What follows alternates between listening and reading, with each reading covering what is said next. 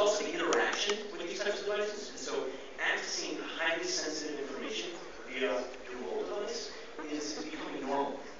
People will go, they'll send text messages to their friends. They will access their email. They will also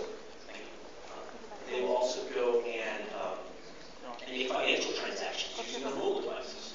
Now, you would never question, or most people would never question the integrity of their mobile devices versus going into a hotel or a cafe and using a public computer. You may think, well, there's a security conference. Going into a cafe and using a public computer is probably asking for trouble. We question the integrity of that type of device. The other piece to think about from an interaction standpoint is the desktop real estate you have on mobile devices. Now, on my PC, when I go to my office at work, I plug my laptop into a larger monitor, and I can move lots of windows around. And I have a lot of desktop real estate to be able to play with. On a mobile device, I have a 4-inch screen.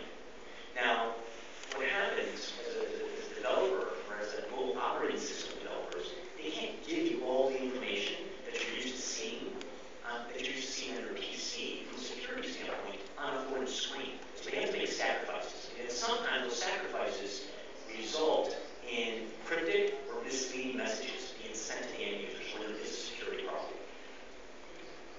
The other piece from a mobile device landscape from security, when you look at it from a security point of view, there's no standard security user interface that exists on their mobile devices. Now, in the browser world, in the desktop world, we're very used to seeing, you use Firefox, or you use IE, or you use Safari. You're very used to seeing things like there's an SSL connection, there's a lock, or there's something going on to talk about a secure transaction. Now, in the mobile device world, I can write an application, give it to you, you can be accessing and transmitting sensitive information through your mobile app, and you don't know if it's a secure connection. You don't know if it's an SSL connection, unless you use something like try to sniff the traffic, but most end users don't have that capability. And then the other piece to think about, there's the zero functionality difference between an application that encrypts data in transit and then one that doesn't.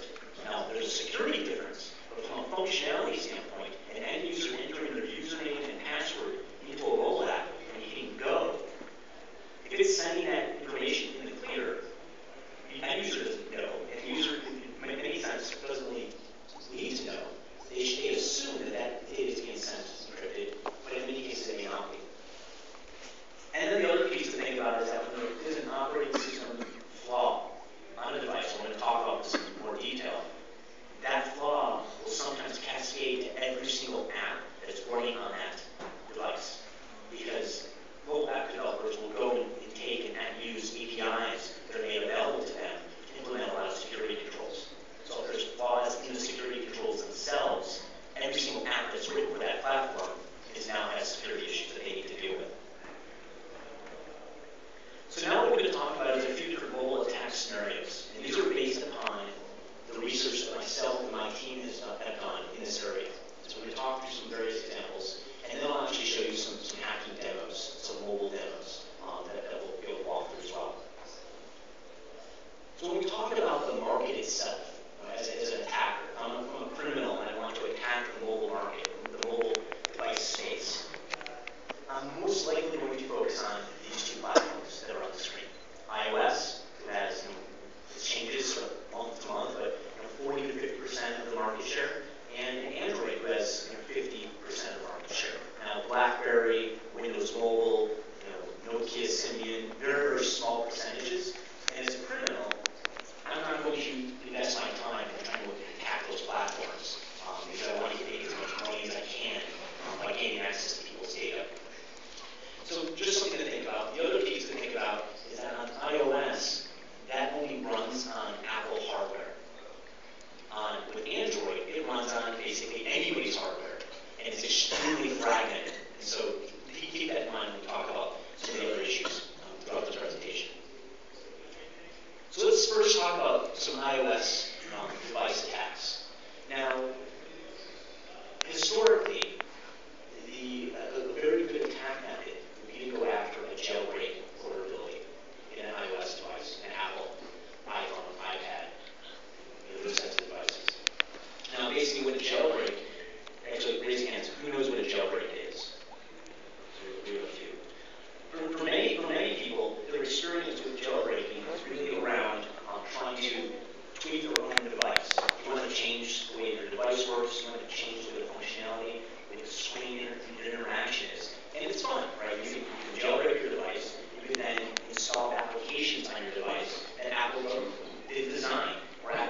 once you actually install on that device. But the other piece is that when you jailbreak a device, that same mechanism that's used to jailbreak is literally a root compromise of that device. And so as an attacker, if there is a jailbreak vulnerability, you possibly can use that to attack someone's device, attack someone's phone. Now, this jailbreaking has been possible in all iOS versions, except for in iOS 6, they made it much more difficult. And so it's not as loose and feasible as it was in previous versions. But in a previous version, especially in the 4.0 realm, we actually went and took a jailbreak where the Comex created, so jailbreaking.com. We actually reversed what he was doing and weaponized it to be able to use it for attacking mobile devices. Now, we didn't release this into the wild. We did it in our labs. And we also demoed this at a conference called TorCon a couple of years ago, where we basically went and created a web page. If an end user goes and views that web page, it jailbreaks the device, pushes basically a rootkit onto their device, and then we have access. We have remote access to their mobile device. And so those types of things are feasible in the iOS world. It would be one of the methods that I would use if I was going to attack an iOS user base. Now, the other method of attack that we found that was possible was something called SSL man in the middle. And basically, when we talked about the encryption of the data that was being transmitted between my mobile device and, say, my online banking server, if you were an attacker, you were able to get between that session and be able to intercept that encrypted traffic. That's a very valuable thing.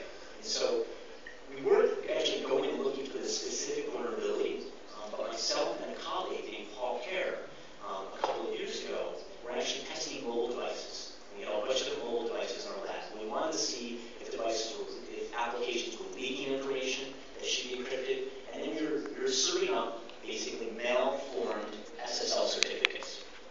We went through a whole iteration of different types of certificates, and then one worked. And it was basically, there's a flaw that we found that we reported to Apple that was around how it handled basically the basic constraints field within an SSL certificate. And basically what we were able to do is impersonate any site on the internet, sit between an end user and that site, fool that device and think they were talking to someplace like api.facebook.com, and read all of the information, intercept the credentials, do whatever we wanted. So we told Apple about that, and they saw it as a critical enough vulnerability that within 10 days they pushed out a patch or an update. And so within 10 days of us telling them, we thought they were going to take a few months, several weeks in order to do it, in order to fix the problem. Within 10 days they released 4.3.5. This was a couple of years ago.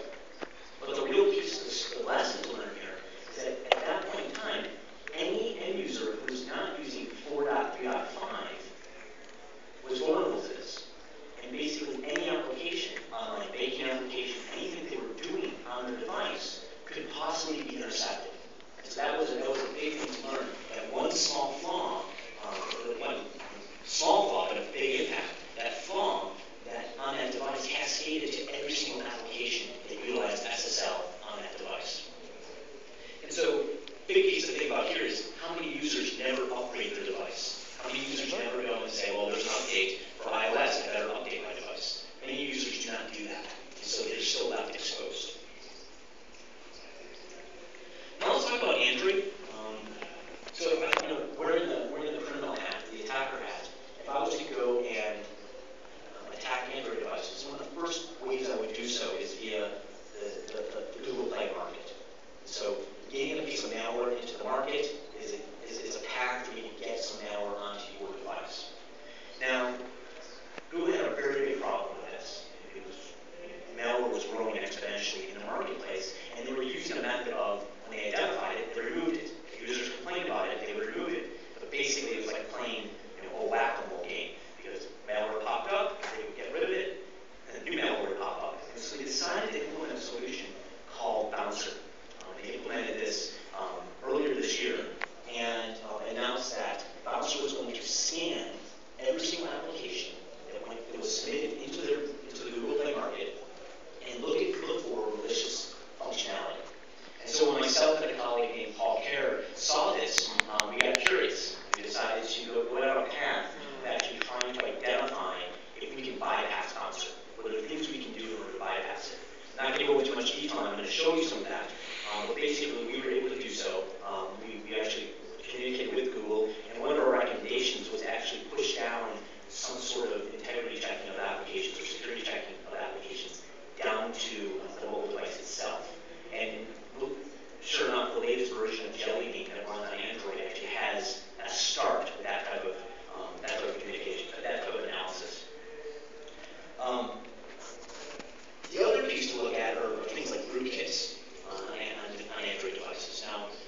no surprise that Android is based on Linux. And many of the hardware manufacturers that take that operating system and customize it include something called loadable kernel modules. And they enable that in the kernel. So they can actually dynamically enable wireless devices or other third parties that they want to plug in. So they don't have to have a very large kernel that has all this functionality compiled into it.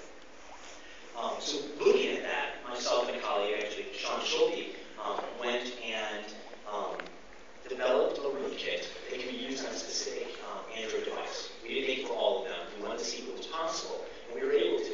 And through that rootkit, we were able to gain access to someone's email messages, gain access to text messages, really make phantom phone calls or send text messages on behalf of that device. We basically had control of the entire device through this rootkit. We demonstrated that at DEFCON 18 a couple of years ago. But you can imagine this capability, you can create what I would sort of consider the ultimate spy kit. If I can put this type of functionality onto your device, I can spy on everything you do. We talked about how these devices are becoming very personal. They're always with us. If I can enable functionality to spy on you, you're doing half the work for me. You're carrying around with the device with you wherever you go. The other vulnerability in the Android operating system is something called a focus stealing vulnerability. And this is something we discovered last year. And it turned out, I'm going to demonstrate this for you. But basically, if you think of when you're using your computer, if you're writing an email, if you're in Word, or you're doing something, you're browsing online, typically, other applications don't just jump in front of you and steal the focus of whatever session you're on. And that would be annoying on a desktop. But it's even more annoying when it happens on a mobile device. Imagine if you're typing an email on your iOS device, and all of a sudden Twitter just pops up in front. Not a notification, a whole Twitter screen just pops up in front and asks you to do something. That would be very annoying. You can imagine dozens of applications fighting with each other for your attention. Well, this isn't something that's utilized very often, but it is available to developers through the Android SDK. So we saw that and we said, well, what kind of bad things can we do with this? Well, you actually can steal credentials. You can create fake screens in order to get people to enter information that they think is legitimate as part of the operating system. Or you can do all sorts of things. So I'm going to demonstrate that for you as well. So now let's jump into some demos. So the first demo that I have is that what we were just talking about, the focus stealing demo, or the focus stealing malware. So now, like I said, these are all live demos. They're not movies that I'm showing you. So we always sort of cross compare so something doesn't go horribly wrong. When I'm doing the demo. Just like that. Let's see.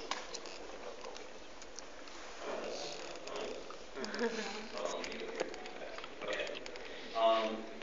So basically, what we have here, this is an older version of Android. And the reason we're using this is that it actually runs at a decent speed. And it can basically, if you're familiar with, we're trying to run a Jelly Bean in a VM, it's horribly slow. So this is an older version of Android. But basically, what we did here is we wrote a Sudoku application. A Sudoku application that you download from Google Play. And basically, it's installed on the device. So now what I want to show you is the focus stealing vulnerability in action. Now I'm going to launch Facebook, and I want you to pay attention to the screen and what's going on. Did you see that? Sort of flicker come across. Now if I go and I type in my username and password,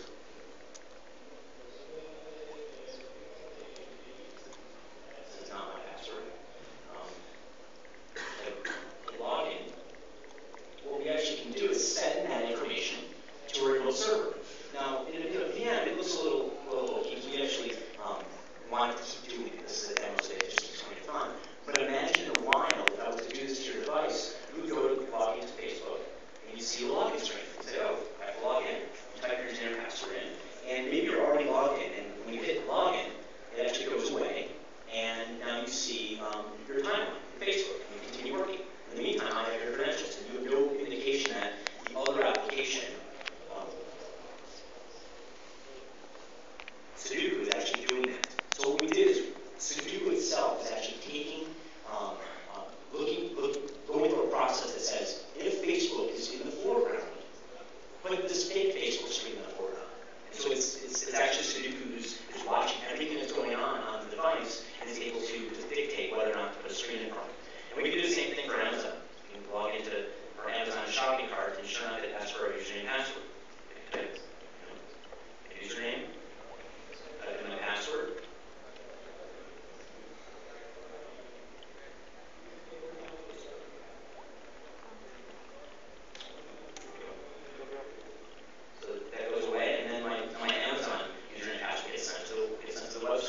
So now it's easy to spot this for most people sitting on a screen, almost 30 feet in the air here. But if it's on your mobile device itself, it's very difficult for someone to actually detect that. Now imagine you're walking down the street, you're talking to a friend, and you say, wait, I'm going to go to Facebook. You tap the Facebook icon, you continue talking, and you look back and say, well, I have to log in. And you do that. People are very mobile with their mobile device. They're not staring at the screen and noticing everything that's happening, especially when something is going to pop up in front. So that's the focus stealing demo. The next demo I want to show you is this, what we sort of call this info stealing botnet that can run on Android devices. And so I actually have it here, and this is where it really gets a little, sorry, let me suspend this. So basically, just want to make sure I still have my wireless connection.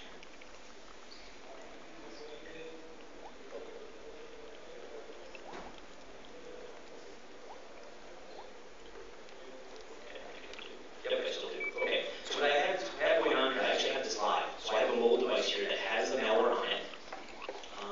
And I can go here and launch this. Okay. So we'll go here. I'll show you. This is the command and control of this mobile device. So this mobile device here is connected up to the internet.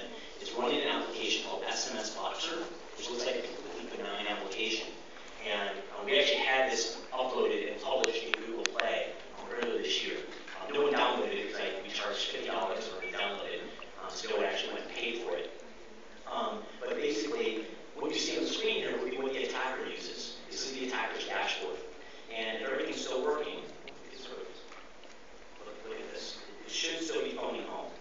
Oh, it actually did. So what you see here, every single line you see on the screen is this device connected to the wireless network here, phoning back to a server back in the United States, and telling this command and control that it's alive. It's heartbeat. What I can do now is I can turn on different functionality, and I'm actually dynamically enabling this functionality. I can go and say I want to grab information off the phone. I turn that on, and we wait a few seconds. It should update, and we should see phone recon pop up.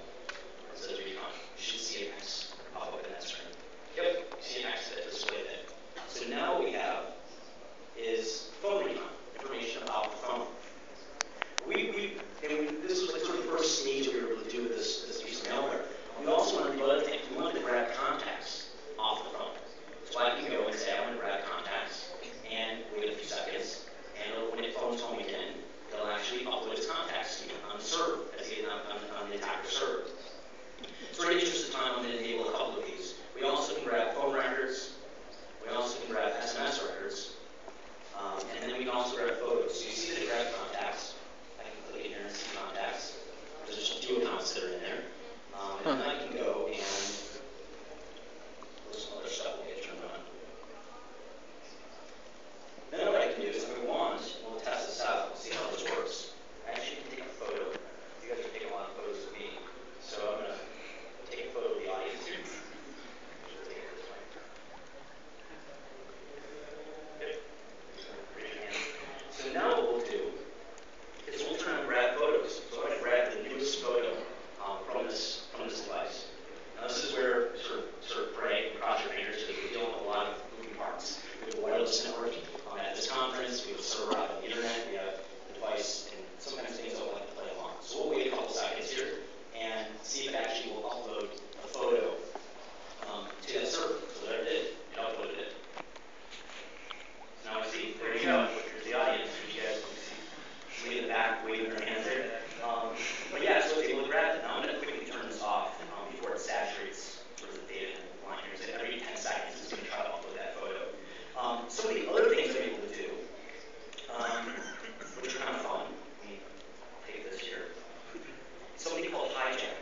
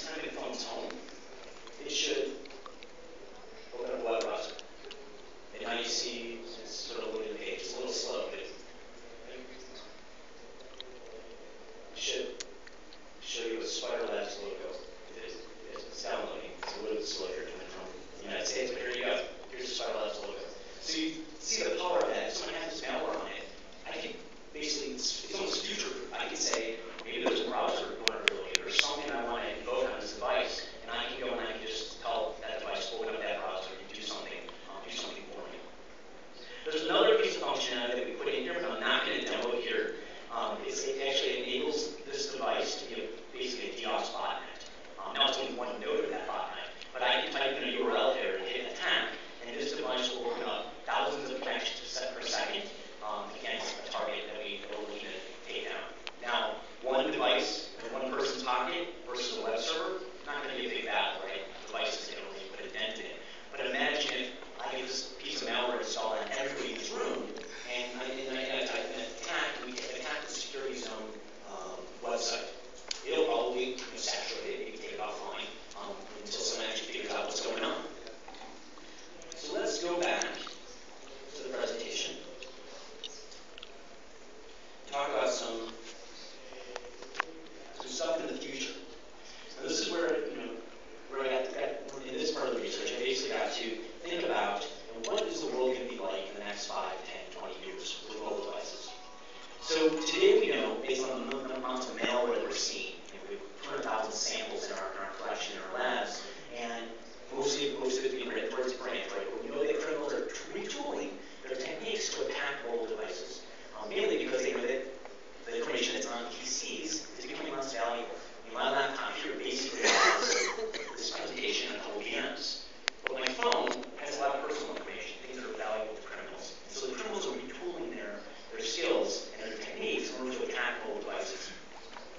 The other thing about when you think of mobile devices, it's going to evolve. And they're going to evolve into more wearable or personal types of devices. Google has some research going on that are basically glasses. It's wearable device, mobile devices, where you can see augmented reality, you can see other things in your field of vision. But we're going to see more and more of that coming out in the next several years. And then the other piece to keep in mind is that as market penetration increases, as more and more people on the planet start getting mobile devices in their hands, well, the ability to give them access to all the very nitty-gritty information that security people want to get access to goes away. Because they don't want people breaking their devices and having to go sit at the change bar for 2 hours every single week. What they want is to abstract what they can see, what they can do, and just allow them to just, that they can do from an administration standpoint, and just give them access to the apps, to their email, to their phone, and remove that even further.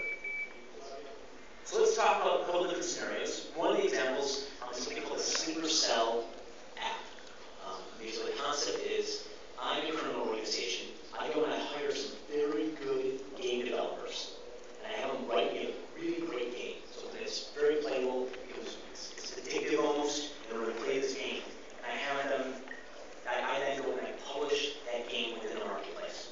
Now the game itself has hidden or dynamically enabled malicious functionality, but I wait for it to become very popular. Now imagine if the manufacturer of Angry Birds, the real big joke on everybody was that it's really malicious. Now every single person in this room probably has Angry Birds on their mobile device, and one day the manufacturer of Angry Birds flips a switch, and now it's malicious. And now it's stealing information off your phone, or it's launching DDoS attacks. So the concept is, this sleeper cell app is that basically, let's get the app in as many people's hands as possible, and then flip that switch. Now the interesting thing around these types of applications is that it's dynamically enabling. So in the example I showed you, that demo, that application was downloading JavaScript every single time I click the button. So the functionality of that malicious capability is actually not in the application itself. It's being dynamically downloaded. So you imagine if the application goes and DDoSes a site of 100,000 devices, starts slamming the website, takes it offline, and then I, as a developer, go and I turn off that functionality. The malicious capabilities are gone. They vanish. They fade away from those devices. It becomes very, very difficult for someone to actually investigate that. If you're attacked trying to figure out which devices have which app that's malicious, you might have 50 apps on your phone. How do you figure out which one was the malicious one? You basically don't at that point. The other sort of future-looking piece, this piece here is actually coming to light. There are some organizations that actually have written these types of tools. But basically, this is the ultimate spyware. It's able to read all of your data on your device, download a little bit of that, your text, your messages, your calendar even. Imagine, so you put together a scenario where this mobile spyware is able to target high-profile individuals, and those individuals are CEOs of companies, or executives, or even political officials, and I'm able to see in their calendar that they're having a meeting at Tuesday at 3 p.m., and I know that it's an important meeting, so I wait until that time,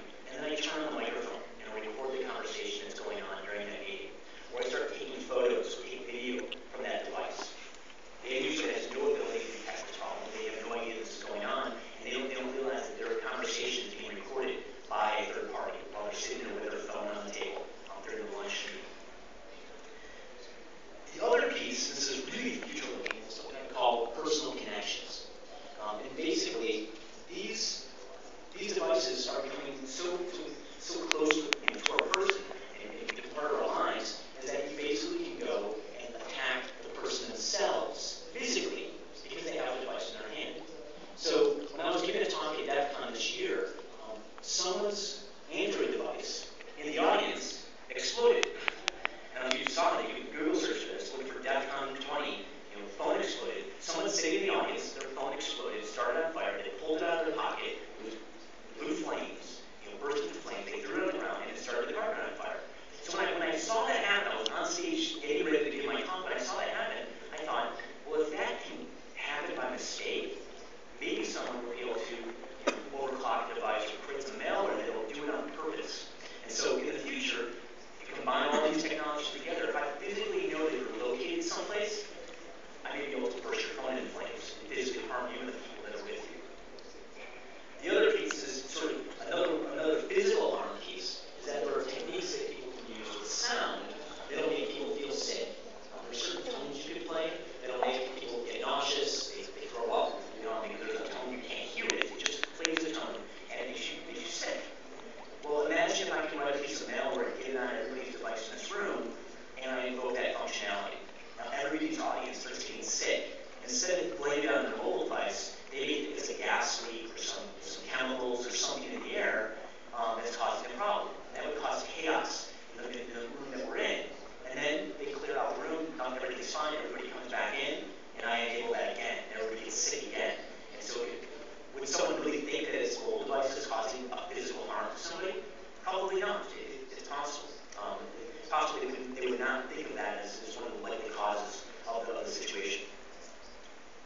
And this is sort of 10 years, 20 years, maybe 30 years out there. There's a lot of research, a lot of commercial products out there today that have to do with brain-computer interfaces.